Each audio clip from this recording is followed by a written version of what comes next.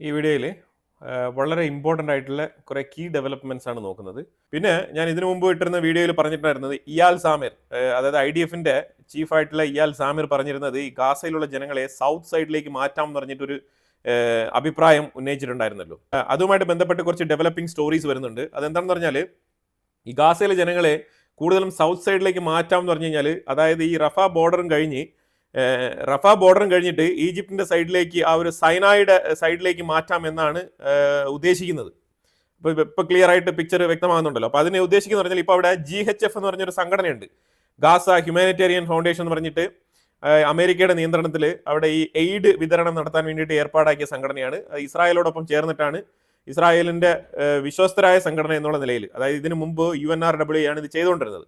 അപ്പോൾ UN-ന്റെ അപ്പോൾ അവിടെ UNRWA എന്ന് പറഞ്ഞാൽ ഫുൾ ആൻഡ് ഫുൾ തീവ്രവാദികൾ കടന്നുകയറ്റം ഉള്ളത് കൊണ്ട് തന്നെ ആ സംഘടനയെ പൂർണ്ണമായിട്ട് ഒഴിവാക്കിക്കൊണ്ട് ഇസ്രായേൽ ഗാസയ്ക്കുള്ളിൽ എയ്ഡൊക്കെ നിർത്തിവെച്ചിട്ടുണ്ടായിരുന്നു. അതായത് ഒരു മാസത്തോളം നിർത്തിവെച്ചിട്ടുണ്ടായിരുന്നു.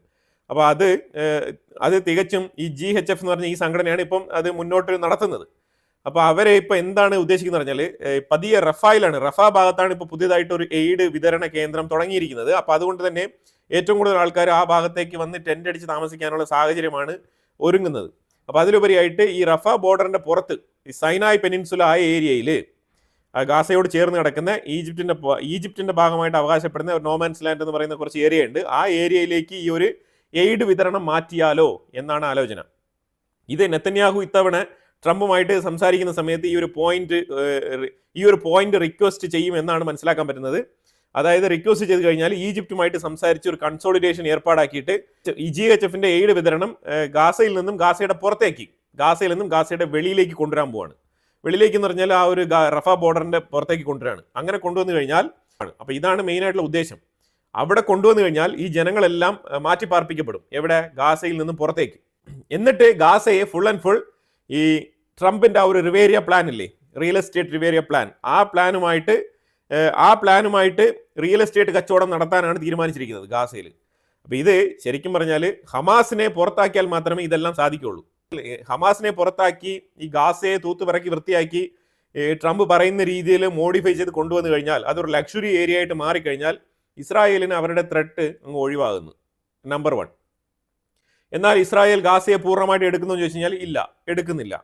ഇസ്രായേൽ തീർച്ചയായിട്ടും വെസ്റ്റ് ബാങ്കുമായിട്ട് ബന്ധപ്പെട്ട സ്ഥലങ്ങൾ മാത്രമേ അനക്സ് ചെയ്യുന്നുള്ളൂ. ഗാസയെ ഇസ്രായേൽ അനക്സ് ചെയ്യുന്നില്ല. ഗാസ എന്നേക്കും ഒരു പ്രൈവറ്റ് പ്രോപ്പർട്ടി ഏരിയ ആയിട്ട് ഇങ്ങനെ നിലനിൽക്കും. അതിന്റെ കടൽ തീരങ്ങൾ മുഴുവനും ട്രംപ് ഹോസ്പിറ്റാലിറ്റി ഹോൾഡിംഗ് കമ്പനിയുടെ പേരിൽ ഈ ഗാസ അവിടെ നിലനിൽക്കും. ഇതാണ് അവിടെ ശരിക്കും പറഞ്ഞാൽ ട്രംപ് അവിടെ ഉദ്ദേശിക്കുന്നത്. ഈ ഒരു പദ്ധതി അവിടെ നടക്കണം എന്നുണ്ടെങ്കിൽ ഈ ഗാസയിൽ നിലവിൽ അവിടെ ടെന്റിനുള്ളിൽ താമസിക്കുന്ന അത്രയും ജനങ്ങളെയും അവിടെ നിന്ന് മാറ്റിപ്പാർപ്പിക്കപ്പെടേണ്ടതുണ്ട്. അപ്പൊ അങ്ങനെ മാറ്റിപ്പാർപ്പിക്കണമെങ്കിൽ അവരെവിടെ വേണേലും മാറി താമസിക്കാൻ തയ്യാറാണ്. അങ്ങനത്തെ ആൾക്കാർക്ക് അവർക്ക് ഭക്ഷണം എവിടെ കിട്ടുന്നോ അവരുടെ കുട്ടികൾക്ക് ഭക്ഷണവും കൊടുത്ത് ജീവിക്കാൻ വേണ്ടിയിട്ട് അവരെ ജീവിത നിലവാരമുള്ള സ്ഥലങ്ങളിലേക്ക് മാറും. അങ്ങനെയാണ് ഈ ഗാസയിലെ എയ്ഡ് മാറ്റാൻ വേണ്ടി തീരുമാനിച്ചിരിക്കുന്നത്. അത് സൗത്ത് സൈഡിലേക്ക് പുഷ് ചെയ്യാനുള്ള കാരണം ഇതാണ് ഇതിന്റെ ഒരു അജണ്ട. ഇത് നമ്പർ 1 പോയിന്റ്. രണ്ടാമത്, ലെബനാന്റെ ഉള്ളിൽ ഡു ഓർ ഡൈ, ഹിസ്ബുള്ളയ്ക്ക് ഡു ഓർ ഡൈ ആണ് അവിടുത്തെ ഓപ്ഷൻ. ഹിസ്ബുള്ള അവിടെ നിന്ന് ഒഴിഞ്ഞു പോവുക, അവിടെ നിലനിൽക്കണമെന്നുണ്ടെങ്കിൽ മൊത്തത്തിൽ ആയുധം ഒഴിവാക്കുക. ഇതാണ് പറയുന്നത്. തീവ്രവാദികളെ മൊത്തത്തിൽ ഒഴിവാക്കാൻ പറ്റില്ല. ഏതെങ്കിലും തരത്തിൽ ആശയങ്ങൾ തലച്ചോറിൽ പേര് നടക്കുന്ന ആൾക്കാർ അവിടെ ഉണ്ടാവും.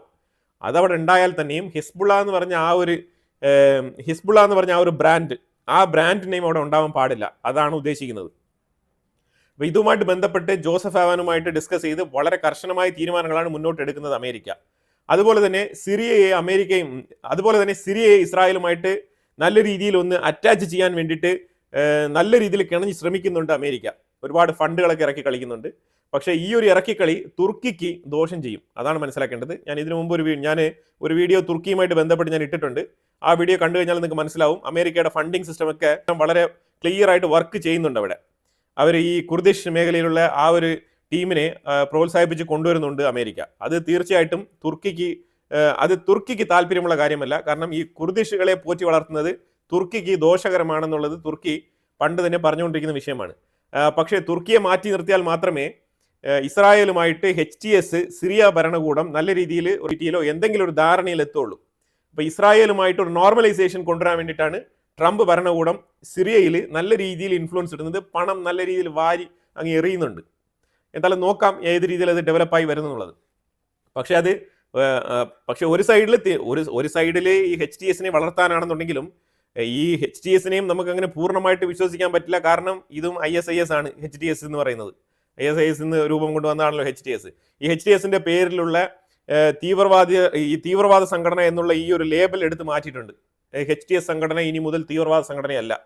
അതിന്റെ ചരിത്രവും പശ്ചാത്തലവും ഒക്കെ നമുക്ക് അറിയാമെങ്കിലും ഇനി അവർ ഒഫീഷ്യലായിട്ട് തന്നെ തീവ്രവാദ സംഘടനയല്ല എന്ന് പറഞ്ഞ സ്ഥിതിക്ക് പിന്നെ നമ്മൾ ഇനി തീവ്രവാദം എന്ന് പറഞ്ഞിട്ട് കാര്യമില്ല. അപ്പോൾ അതുകൊണ്ട് HTS സംഘടനയെ അവർ ആ ഒരു പട്ടികയിൽ നിന്ന് മാറ്റിക്കൊണ്ട് ലെജിറ്റിമസി കൊടുത്തിരിക്കുകയാണ് അമേരിക്ക. അതുകൊണ്ട് തന്നെ നല്ല രീതിയിൽ ഫണ്ട് ഒഴുക്കുന്നുണ്ട്. ഇനി ജൊലാനിയുടെ തലയിൽ എന്തെങ്കിലുമൊക്കെ പഴയ ചിന്തകളൊക്കെ 2016 ചിന്തകളൊക്കെ വന്നു കൂടി ഇനി പെട്ടെന്ന് അഗ്രസീവായിട്ട് മാറാതിരിക്കട്ടെ എന്ന് നമുക്ക് വിചാരിക്കാം. ഇവരുടെ കൂട്ടാളികളായിട്ടുള്ള ISനെ ചെറുക്കാൻ വേണ്ടിയിട്ടാണ് ഈ കുർദിഷ് ടീമുകൾക്ക് അമേരിക്ക ഫണ്ട് കൊടുക്കുന്നത്. അതുപോലെ തന്നെ HTSനെയും അതിനെതിരെ നിൽക്കാനാണ് പ്രേരിപ്പിക്കുന്നത്. പക്ഷേ HTS പഴയ ചങ്ങാതിക്കെതിരെ എങ്ങനെ നിലകൊള്ളുമോ എന്നുള്ളതൊക്കെ ഇനി നമുക്ക് കണ്ടറിയേണ്ട വിഷയങ്ങളാണ്. അതുപോലെ തന്നെ ഒരു ഇമ്പോർട്ടൻ്റ് ആയിട്ടുള്ള വിഷയം, ഈ ഹിസ്ബുള്ളയുടെ ഫണ്ട് സോഴ്സ്. അയർലാൻഡിലേക്ക് ഷിപ്മെന്റുമായിട്ട് വന്ന ഒരു കപ്പൽ, ആ കപ്പലിനെ അയർലാൻഡ് സീസ് ചെയ്തിരിക്കുകയാണ്. സീസ് ചെയ്യാനുള്ള കാരണം വേറെ ഒന്നുമില്ല, മരുന്ന് കച്ചവടം.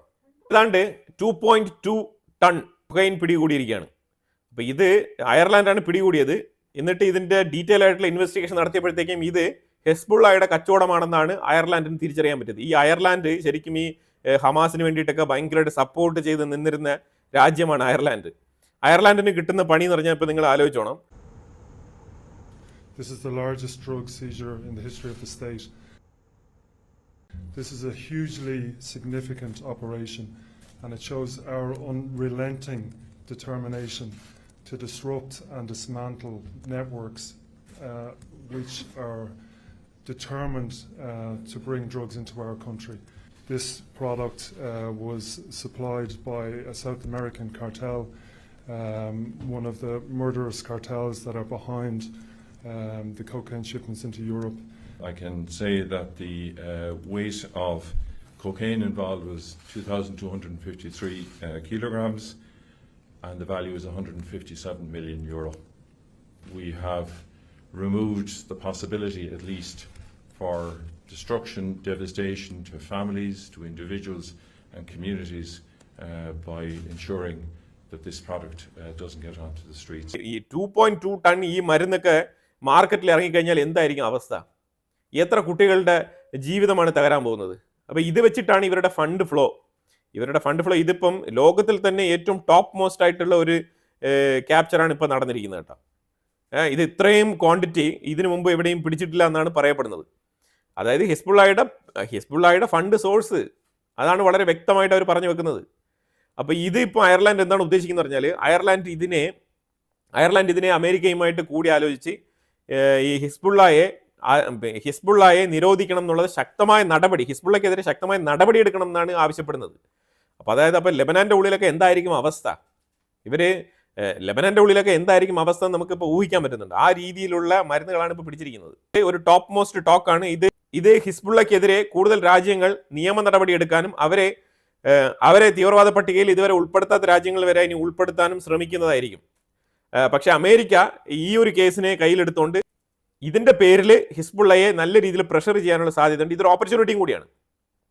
ഇത് ശരിക്കും പറഞ്ഞാൽ ഇമ്മാനുവൽ മാക്രോൺ ആണ് ഇതുമായിട്ട് ബന്ധപ്പെട്ട് ചർച്ചയ്ക്ക് വിളിക്കേണ്ടത്. കാരണം ഇസ്രായേൽ ലെബനന്റെ ഉള്ളിൽ ഹിസ്ബുള്ളയെ തെരഞ്ഞു പിടിച്ച് അവരുടെ ഫണ്ട് സോഴ്സുകളൊക്കെ ആക്രമിക്കുന്ന സമയത്ത് ഏറ്റവും കൂടുതൽ ഇളക്കമുണ്ടായത് ഗ്ലോബൽ ലീഡറായിട്ടുള്ള ഇമ്മാനുവൽ മാക്രോൺ ആണ്. ഇമ്മാനുവൽ മാക്രോൺ ഇതിനെക്കുറിച്ച് ഒരു രീതിയിലുള്ള കമാന്ന് അക്ഷരം വേണ്ടിയിട്ടില്ല. ഫ്രാൻസിലേക്ക് കൊണ്ട് ഇറക്കണമായിരിക്കും. ഫ്രാൻസിൽ ഇതൊക്കെ ചവറ് പോലെ, ഇമ്മാനുവൽ മാക്രോൺ അറിയാതെ ഫ്രാൻസിലൊക്കെ ഇത് ചവറ് പോലെ നടക്കുന്നുണ്ടായിരിക്കും. ഈ ഫ്രാൻസിലൊക്കെ ഇത് നല്ല രീതിയിൽ നടക്കുന്നുണ്ടായിരിക്കും. മാക്രോൺ ഇത് കണ്ടും കാണാതെ വിടുന്നതായിരിക്കും. കാരണം മാക്രോണ് കച്ചവടം നടന്നാൽ മതിയല്ലോ. ആ രീതിയിലാണ് കാര്യങ്ങൾ. അപ്പോൾ എന്തായാലും ഇത് ഒരു ഗ്ലോബൽ, ഈ ഹിസ്ബുള്ള എന്ന് പറയുന്നത് ഈ മരുന്ന് കച്ചവടം പിടിപെട്ടതോടുകൂടി ഇതൊരു ഗ്ലോബൽ ത്രെട്ടായിട്ട് മാറിയിരിക്കുകയാണ് ഹിസ്ബുള്ള. ഈ തീവ്രവാദം എന്ന് പറഞ്ഞാൽ അവിടെ പോയി ബോംബിടണമെന്ന് തന്നെ നിർബന്ധമൊന്നുമില്ല കേട്ടോ. എവിടെയെങ്കിലും പോയി പൊട്ടിത്തെറിക്കണമെന്ന് നിർബന്ധമില്ല. ഇതും ഒരു തരത്തിലുള്ള വല്ലാത്തൊരു തീവ്രവാദമാണ്. ഇസ്രായേൽ ഗാസയ്ക്കുള്ളിൽ ഏത് രീതിയിലുള്ള ആക്രമണമാണ് നടത്തുന്നത് എന്ന് മനസ്സിലാകണമെന്നുണ്ടെങ്കിൽ ഞാനിവിടെ ഒരു വീഡിയോ ക്ലിപ്പ് ആഡ് ചെയ്യുന്നുണ്ട്. ആ ക്ലിപ്പ് ഒന്ന് ഫോളോ ചെയ്ത് പോവുക. അതിനകത്ത് ഈ ജർമ്മൻ ഹോസ്പിറ്റൽ എന്ന് പറഞ്ഞിട്ട് ആ ഹോസ്പിറ്റലിൻ്റെ അടിയിൽ ശരിക്കും ഹമാസിൻ്റെ തുരങ്കങ്ങളുണ്ട്, ഒളിത്താവളങ്ങളുണ്ട് എന്നുള്ള രീതിയിൽ ഒരു മാപ്പൊക്കെ പബ്ലിഷ് ചെയ്തിട്ടാണ് ഇസ്രായേൽ ഈ ഒരു ആക്രമണം നടത്തിയത്. ഹോസ്പിറ്റലിനെ ചുറ്റിപ്പറ്റി മാത്രമല്ല അതിന് തൊട്ടപ്പുറത്ത് സ്കൂളുമുണ്ട്. അപ്പോൾ ഈ സ്കൂള് അതുപോലെ തന്നെ ഈ ഹോസ്പിറ്റൽസ് ഇതേപോലത്തെ സ്ഥലങ്ങളിൻ്റെ അടിയിലാണ് ഹമാസ് ഇങ്ങനെ മാളങ്ങൾ കുഴിച്ചു വെച്ചിരിക്കുന്നത്. അപ്പോൾ ഇപ്പം നടക്കുന്ന ആക്രമണങ്ങൾ എന്ന് പറഞ്ഞാൽ ശരിക്കും ബങ്കർ ബസ്റ്ററുകൾ വെച്ചിട്ടാണ് ഇപ്പം അറ്റാക്ക് ചെയ്യുന്നത്. അത് നിങ്ങൾക്ക് ഈ വീഡിയോ കണ്ടു കഴിഞ്ഞാൽ മനസ്സിലാവും. ആ രീതിയിൽ തുളച്ച് കയറി പോകുന്നുണ്ട് അടിയിൽ. ഇത് ലെഫ്റ്റ് ലിബറൽ മാധ്യമങ്ങൾ എടുത്ത് നല്ല രീതിയിൽ ചർച്ച ചെയ്യുന്നുണ്ട് ഇസ്രായേലിനെതിരെ. അതായത് ഇത് യുദ്ധക്കുറ്റമാണ്, വയലേഷൻ ആണെന്നുള്ള രീതിയിലൊക്കെ ചർച്ചകൾ നടക്കുന്നുണ്ട്. ശരിക്കും പറഞ്ഞാൽ ഹമാസ് പെട്ടിരിക്കുകയാണ്. ആ രീതിയിലുള്ള അറ്റാക്കാണ് നടക്കുന്നത്. ഹമാസ് പൂർണ്ണമായിട്ടും ഒഴിഞ്ഞു പോകണമെന്ന് തന്നെയാണ് നെതന്യാഹു നിലപാട് ഇപ്പോഴും എടുത്തുകൊണ്ടിരിക്കുന്നത്. ഈ ഹമാസ് വിജയിച്ചു, ഹമാസിനെ ഒന്നും ചെയ്യാൻ കഴിയുന്നില്ല എന്നുള്ള രീതിയിലൊക്കെ നിലപാടെടുക്കുന്ന ചില ആൾക്കാരുണ്ട്. അവരൊക്കെ ഇത് കണ്ട് മനസ്സിലാക്കേണ്ടതാണ്. കാരണം ഇസ്രായേൽ എന്താണ് ഗാസയ്ക്കുള്ളിൽ ഇപ്പം ചെയ്യുന്നത് എന്നുള്ളത് പുറത്ത് ഒരാൾക്ക് മനസ്സിലാക്കാൻ പറ്റാത്ത സാഹചര്യമാണ്. കാരണം ആ രീതിയിൽ അവിടെ ഒരുപാട് റെസ്ട്രിക്ഷൻസ് ഉണ്ട്. അങ്ങനെ കടന്നു കയറി പോകാൻ അത്ര സാധ്യമല്ല. നല്ല രീതിയിലുള്ള ഓപ്പറേഷൻസാണ് ഹമാസിനെതിരെ അവിടെ നടത്തുന്നത്. ഹമാസ് ശരിക്കും പറഞ്ഞാൽ പെട്ടിരിക്കുന്ന ഒരു അവസ്ഥയാണ്. അതുപോലെ അടുത്ത് നമ്മൾ നേരെ ഉക്രൈൻ റഷ്യ വിഷയത്തിൽ വന്നു കഴിഞ്ഞാൽ റഷ്യ ഉക്രൈൻ്റെ ഉള്ളിൽ കനത്ത ആക്രമണം എന്ന് പറഞ്ഞാൽ ഡിനിപ്രോ ഡോണസ്ക് ഈ മേഖലയിൽ നിന്നാണ് ആക്രമണം ഏറ്റവും കൂടുതൽ നടത്തിയത്. അപ്പോൾ ഇതിൽ ശരിക്കും 23-ലധികം ആൾക്കാർ പരിക്കേറ്റുന്നോ കൊല്ലപ്പെട്ടെന്നുള്ള വാർത്തകളൊക്കെ വരുന്നുണ്ട്. ഉക്രൈനിലെ സെലൻസ്കി ആണെങ്കിൽ ഭയങ്കര വിഷമത്തിലാണ്. കാരണം അങ്ങോട്ട് ഇന്നലെ ആക്രമണം നടത്തി, റഷ്യക്കുള്ളിൽ ഭയങ്കരമായിട്ട് എയർപോർട്ടുകളും കാര്യങ്ങളൊക്കെ അറ്റാക്ക് ചെയ്തു. അപ്പോൾ അതൊക്കെ ഒരു വിഷയമല്ല, അതൊക്കെ ന്യൂട്രലൈസ് ചെയ്യണം. കാരണം ഉക്രൈൻ്റെ കാഴ്ചപ്പാടിൽ റഷ്യ തീവ്രവാദികളാണ്. അപ്പോൾ തീവ്രവാദികളെ അറ്റാക്ക് ചെയ്യുന്നതിൻ്റെ ഒരു കൺസിഡറേഷനാണ് ഒരു കാഴ്ചപ്പാടിലെ സെലൻസ്കിക്ക് ഉള്ളത്.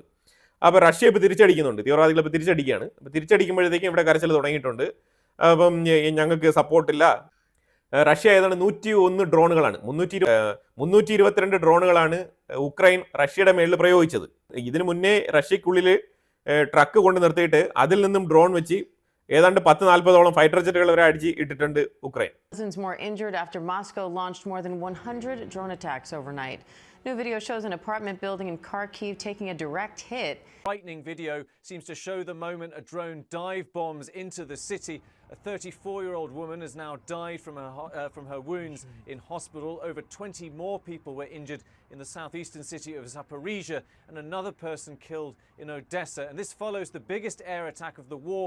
But the truth is, we're seeing these sorts of attacks almost daily right now. Russia is launching over 100 drones every night into Ukraine as it has dramatically increased the production of them. And it comes as the Trump administration appears to still be withholding a shipment of US air defense weapons for Ukraine, despite that phone call between President Trump and President Zelensky last Friday. തീർച്ചയായിട്ടും Ukraine precise attack അങ്ങോട്ടും നടത്തുന്നുണ്ട്, അതും ഇല്ലാന്നില്ല കേട്ടോ. Back to back രണ്ടുപേരും അങ്ങോട്ടും ഇങ്ങോട്ടും ആക്രമണം നടത്തുന്നുണ്ട്. പക്ഷേ ഡോമിനേഷൻ ഇപ്പോഴും റഷ്യക്ക് തന്നെയാണ്. കാരണം ഉക്രൈൻ പ്രിസൈസ് അറ്റാക്ക് നടത്തിയാലും ഇവരുടെ ആർമിക്ക് കപ്പാസിറ്റി ഇല്ല. റഷ്യക്കുള്ളിലോട്ട് കടന്നു കയറി പോയി സ്ഥലം പിടിച്ചെടുക്കാൻ വേണ്ടിയിട്ടുള്ള കപ്പാസിറ്റി ഉക്രൈൻ്റെ ആർമിക്കില്ല. അതാണ് ഫാക്റ്റ്. എന്തിനു ഭേദം റഷ്യ കയ്യേറി വെച്ചിരിക്കുന്ന ഉക്രൈൻ്റെ സ്ഥലങ്ങൾ പോലും തിരിച്ചു പിടിക്കാനുള്ള കപ്പാസിറ്റി ഉക്രൈനില്ല. അതൊരു യാഥാർത്ഥ്യമാണ്. പിന്നെ സെലൻസ്കി പറഞ്ഞിരിക്കുന്നത് റഷ്യ അയച്ച ഡ്രോണുകൾ കംപ്ലീറ്റ് ഷാഹിദ് കാറ്റഗറിയിൽ വരുന്ന ഇറാന്റെ ഉള്ളിൽ ഉൽപ്പാദിപ്പിക്കപ്പെട്ട ഡ്രോണുകളാണെന്നാണ് സെലൻസ്കി പറഞ്ഞു വെക്കുന്നത്. പിന്നെ ബ്രിക്സിന്റെ സമ്മിറ്റ് റിയോ ഡി ജനീറിയോ ബ്രസീലിൽ നടക്കുന്നുണ്ട്. അതായത് കഴിഞ്ഞ തവണത്തെക്കാളും കുറച്ചുകൂടെ മുന്നോട്ട് തന്നെയാണ് പോയിരിക്കുന്നത് ബ്രിക്സുമായിട്ട് ബന്ധപ്പെട്ട വിഷയം നമ്മുടെ സെക്കൻഡറി ചാനലിൽ ഞാൻ അപ്ലോഡ് ചെയ്തിട്ടുണ്ട്. അതിൻ്റെ ലിങ്ക് ഫസ്റ്റ് കമന്റിൽ പിൻ ചെയ്തിട്ടുണ്ട്. അതിൽ ക്ലിക്ക് ചെയ്ത് കഴിഞ്ഞാൽ നിങ്ങൾക്ക് ആ ചാനലിലേക്ക് പോയിട്ട് ആ വീഡിയോയും കൂടി കാണാൻ കഴിയുന്നതാണ്. ഈ വീഡിയോയിൽ പറഞ്ഞ വിഷയങ്ങളെക്കുറിച്ചുള്ള നിങ്ങളുടെ അഭിപ്രായങ്ങൾ കമന്റ് ബോക്സിൽ രേഖപ്പെടുത്തുക. കൂടുതൽ വിഷയങ്ങളുമായിട്ട് അടുത്ത വീഡിയോയിൽ വരാം. Thank you so much.